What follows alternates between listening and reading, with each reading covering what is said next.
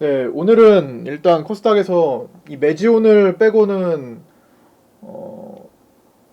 모두 다 양호한 흐름을 보였던 것 같아요. 대체적으로 개별적인 종목들 몇 개를 빼고는 평균적으로 좀 평균적인 무난한 모습을 보였다. 근데 이 매지온이 주말 사이에 악재가 나오면서 시장 얘가 한 2조 원 되잖아요. 시가총액이 원래 2조 원 정도 됐단 말이에요. 1조 9,700억에서 빠진 거니까 지금은 좀 떨어졌어도 어쨌든 2조 원의 규모를 하고 있는 대형주 역할을 하고 있었는데 거의 뭐 하한가 근처까지 움직이는 뭐 그런 모습을 보이면서 시장 심리를 좀 위축시켰어요. 그래서 오늘 오전장 내내 오후 한 2시까지 빠졌나요? 오후 2시까지 거의 코스닥이 우하향이었어요. 만약에 얘가 이렇지 않았다면 얘가 오늘 정상적으로 악재가 안 나온 상태에서 그냥 무난하게 움직였다면 오늘 코스닥은 이런 모습을 전혀 보이지 않았을 가능성이 높습니다. 전반적으로 미국은 또 신고가를 계속 행진을 하고 있고 전반적으로 전체적으로 시장이 안 좋아질 이유가 지금 없는 상황 속에서 흐트러질 우려가 별로 없어요. 지금은 깔끔한 상태입니다. 이런데도 불구하고 매지온이 그걸 좀 방해를 한 거죠. 그러나 어쨌든 그건 오늘 내일 하루 이틀간의 문제인 것 같아요. 그러니까 매지온이 만약에 내일 또 추가 하락을 한다면 영향을 안 받을 수는 없겠죠. 어쨌든 바이오에 대한 신뢰도가 떨어지는 거니까 외국인 투자자들 입장에서 생각을 해볼 때 자꾸만 대한민국 바이오 대한민국 코스닥 바이오 기업이 자꾸만 사고가 나고 문제가 생기니까 자꾸만 뭔가 신뢰를 못 하겠다라는 생각이 들 거 아니에요. 그들 입장에서 입장 바꿔 생각해 보시면 한두 개여야지. 티슈진 코오롱 생명과학, 신라젠, HLB는 물론 많이 다 커버되고도 남았지만 그거 말고도 정말 많잖아요. 삼성 바이오로직스 때부터 해가지고 많은 종목들이 최근에 강스텐 바이오텍도 있었고 많은 종목들이 이렇게 많은 바이오 종목들이 외국인의 신뢰도를 지금 얻지를 못하고 있어요. 뭐 케어젠 같은 것도 거래 정지됐었잖아요. 지금 몇 개월 됐는데 총 8천억짜리 케어젠도 무난한 재무제표 흐름을 보였더니 케어젠조차도 지금 거래 정지된 지 몇 개월이 한 8개월 됐잖아요. 정말 무난한 재무제표를 갖고 있었는데 이 재무제표가 신뢰를 잃은 거죠. 극히 드문 확률로 케이스가 극히 드문 겁니다.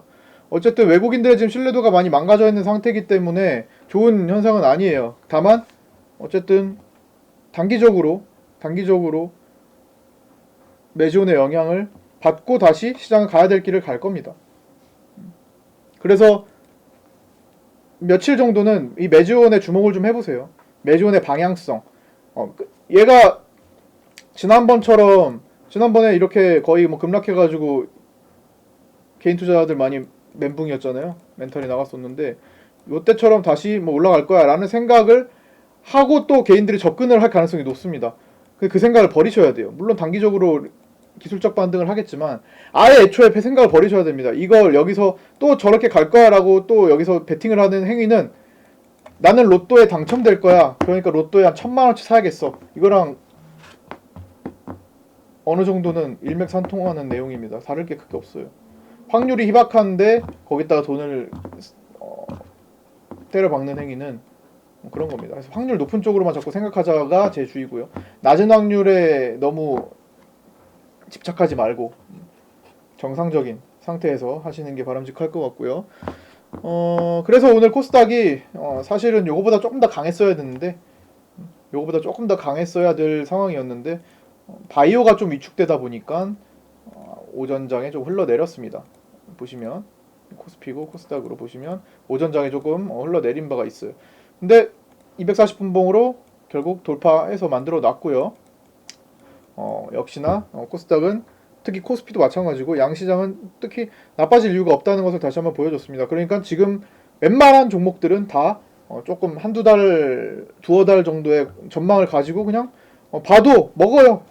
다만 어떤 게 더 크게 갈 것이고 그런 거에 대한 차이를 조금 두셔야지. 다 먹을 수 있는데 누가 더 먹냐 싸움이 될 거예요. 이제는.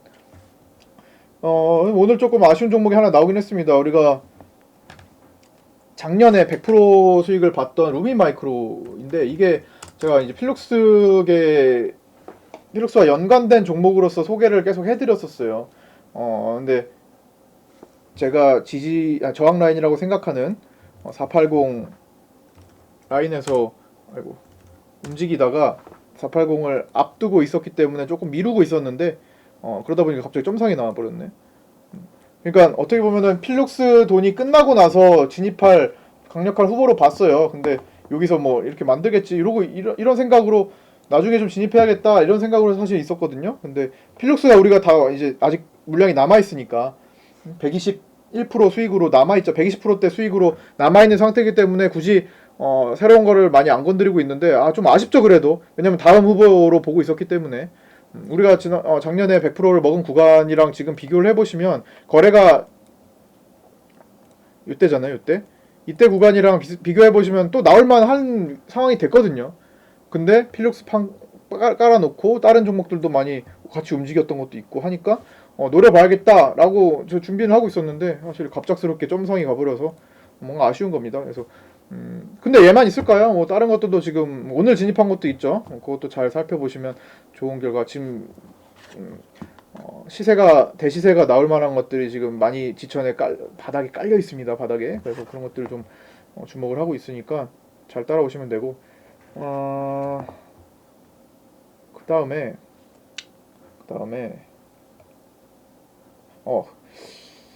지난번에 이제 흑사병 관련된 영상을 따로 올려드렸는데 이 흑사병에서 사실 살아남을 종목은 우정바이오 하나 정도라고 좀 말씀드렸는데 우정바이오는 상한가 같네요. 그것도 영상 참고해서 뭐 사신 분이 좀 계신 것 같은데 많이는 아니어도 몇 분 계시는 것 같은데 그것도 축하드리고요. 그 다음에 동전주들이 시세가 과연 끝났냐? 되게 지금 애매해요. 그때 지난주에 이제 동전주 파동, 동전 잡주들 파동으로 관심을 좀 보였잖아요. 그런 흐름들에 시장이 좋아지면 얘네들은 끝납니다. 그러나 지금 벌써 끝났나? 야구 물어보면 이제 종목별로 편차가 생긴다고 말씀드릴 수 있을 것 같아요.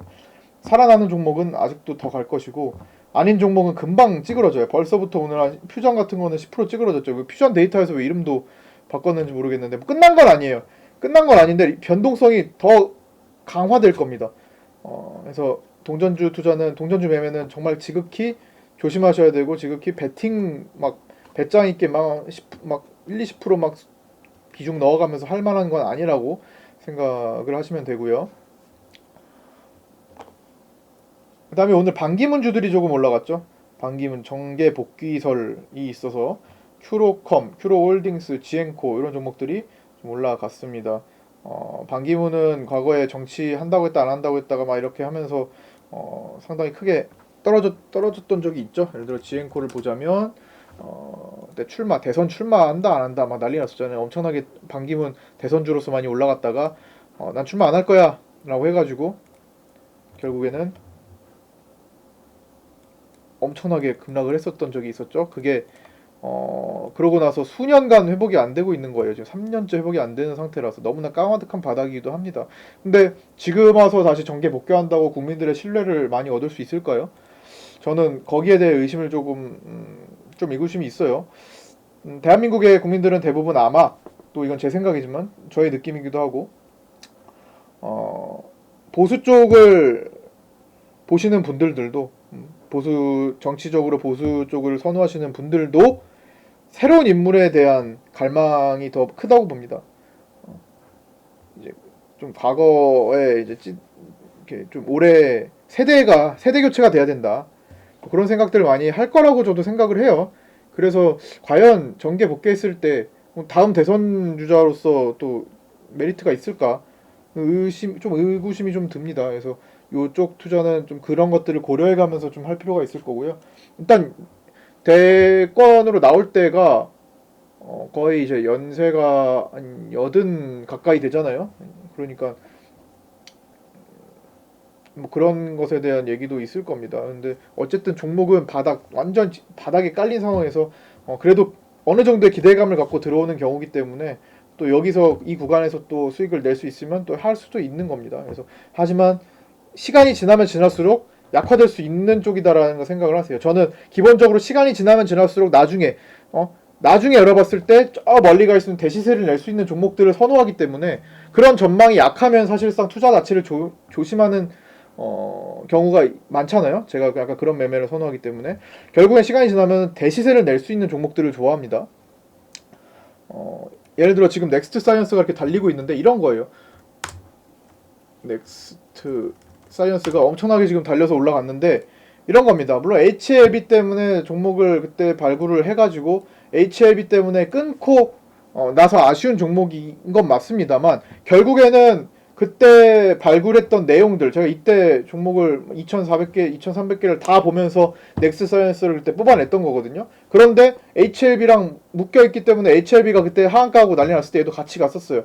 그래서 하한가 하기 전에 끊어냈습니다. 손절을 했어요. 근데 결국에는 손절한 종목들도 결국엔 대시세를 내는 경우가 굉장히 많아요. 그렇다고 해서 손절하지 마시라는 건 아니에요. 그건 잘못된 투자 방식입니다. 왜냐면 얘가 HLB가 지금 살아나고 이 종목이 살아나고 있기 때문에 이렇게 된 거지 아닌 케이스가 더 많거든요. 그래서 끊을 땐 끊어야 돼요. 톱텍도 그때 끊었을 때처럼 그런 식으로 가줘야 됩니다. 이거는 그냥 운이 좋은 케이스이기도 해요. 톱텍도 진짜 우리가 그때 매수하고 나서 바로 수익 실현 작게 한 다음에 다 버리라고 했었잖아요. 제가 그때 강력하게 외쳤던 거 바로. 근데 만약에 거래 정지를 구간을 거쳤어요. 그러니까 낌새가 안 좋아서 매도를 했는데 결국에는 거래 정지가 됐었단 말이에요. 이게 운이 좋아서 다시 살아나서 거기를 회복한 거지. 그게 아니었으면 아직도 거래 정지가 되고 있었을 거라는 겁니다. 운에 너무 모든 걸 맡기면 안 돼요. 그래서 끊을 땐 끊고 저거는 다시 모든가 아니면은 뭐 보내주든가 하는 거죠. 결국엔 제가 지금 말씀드리려고 하는 거는 기본적으로 악재가 발생하지 않는다면, 악재가 정말 대형 악재가 발생하지 않는다면, 무난하게 흘러간다면, 변수가 크게 생기지 않는다면 시간이 지났을 때 대시세를 그냥 적당한 이런 상승 단기 5% 10% 이런 게 아니라 단기 2, 30%가 아니라 대시세를 웬만하면 줄 수 있는 종목들을 주로 건드린다는 거예요. 왜냐면 그게 바닥권부터 돈이 들어오기 때문에 그 바닥권의 의도를 갖고 체결 자체가 달라요. 호가 구성 자체가 달라요. 호가를 왔다 갔다 체결하고 그 주문 넣고 하는 거, 공매도를 활용하거나 허매수를 활용하는 것 자체가 달라요. 그런 것들을 바닥권에서부터 하기 때문에 그 바닥권의 물량을 받아서 상승을 시키는 거예요. 누군가는 그 돈을 가지고 들어온 사람들은 돈을 크게 벌어야 되는 입장이잖아요. 그러니까 바닥권, 주가가 쌀 때부터 그런 신호들이 다 발생한다는 겁니다. 거기에 집중을 하기 때문에 시간이 지나면 그 사람들의 결과가 나타날 수밖에 없어요. 물론 아닌 경우도 있습니다. 주포들도 실패를 하는 경우도 많아요. 작전의 성공률보다 실패 확률이 훨씬 높습니다. 다만 우리는 성공하는 케이스를 보자는 거예요. 실패하는 거는 그 실패할 때 생기는 어떤 이런 트러블들이 다 중간에 다 체결창에서 다 나타납니다. 그래서 호가를 계속 제가 하루 종일 주목을 하고 있는 거예요. 방송을 보시면 아시겠지만 저는 호가에 움직이는 거 계속 지금 종목마다 계속 움직이고 있을 거예요. 다 아시잖아요. 쉬지 않고 제가 체크를 하는 거는 그냥 단순히 그냥 그 주가를 보고 하는 게 아니라 체결이 움직일 때도 다 신호들이 있거든요. 여기서 여기를 넣을 때, 주문을 여기서 어떻게 깜빡이 동시에 넣을 때 모두가 다 신호가 잡혀요. 그거를 체크를 해내려고 보는 거고, 그걸 통해서 대시세가 나올 수 있는 종목들을 어느 정도 가려낼 수 있습니다. 물론 확률을 높이자는 취지예요. 그걸 다 알아낼 수는 없어요. 당연히 추정일 뿐이고, 경험을 토대로 한 추정일 뿐이고, 그렇죠? 충분한 근거가 있는 상태에서 추정일 뿐이고 100%는 없는 겁니다. 그래서 다만 확률을 높여보자는 거죠. 확률을 높여야지 우리가 승리를 할 거 아니에요. 그렇죠? 하여튼 그런 식으로 지금 우리는 종목들을 접근하고 있는 거니까 일단 필룩스를 최종 매도를 하게 되면 다른 종목을 또 들어가고 할 텐데 뭐 그것뿐만 아니라 다른 것도 지금 올라오고 있어요. 그다음에 아주아이비 투자가 오늘 계속 매도 시도를 하다가 그 구간을 계속 안 주고 오늘은 매도를 안 드렸죠. 그렇죠? 이 구간에서 사실 지금 오늘 가격이 꾸준히 매도를 시도를 하던 구간이었는데 안 주고 했기 때문에 오늘은 매도를 안 드렸어요. 이거는 조금 더 종가를 최고가로 끝났는데 좀 더 보면서 뭐 내일이든 아니면 일주일 뒤든 한번 보면서 매도를 드리도록 하겠습니다. 오늘 특징주들을 살피다가 보유 종목까지 얘기를 하게 됐는데 흥하해운이 또 상한가를 하네. 하여튼 자 오늘 요 정도로 좀 마치고 내일은 내일장을 확인하고 말씀을 드릴게요. 그 다음에 필룩스의 후보가 될 수 있는 종목 바닥권에서 매집 시작했습니다. 한두 번 정도 더 살 수 있으니까 무리해서 처음부터 들어가지 마시고 우리 필룩스도 두 번에 걸쳐서 샀어요. 한 번 사고 한 번 며칠 뒤에 한 번 더 샀습니다. 그런 식으로 시간을 좀 두고 살 확률이 높으니까 한 번에 무리하게 땡기지 마시고 천천히 나눠서 살 예정이니까 그렇게 따라오시면 살 때만 사세요. 신호가 있을 때, 사인이 있을 때 그때 사시면 됩니다. 문자가 있을 때 사시면 됩니다. 그 신호가 제가 드릴 때. 하여튼 이 정도로 마치도록 하겠습니다. 오늘도 10분 목표로 했지만 15분이 걸렸네요. 수고 많으셨고요. 이번 달 안에는 반드시 10분 한번 성공을 해보도록 하겠습니다. 자, 내일 뵙겠습니다. 수고하셨습니다.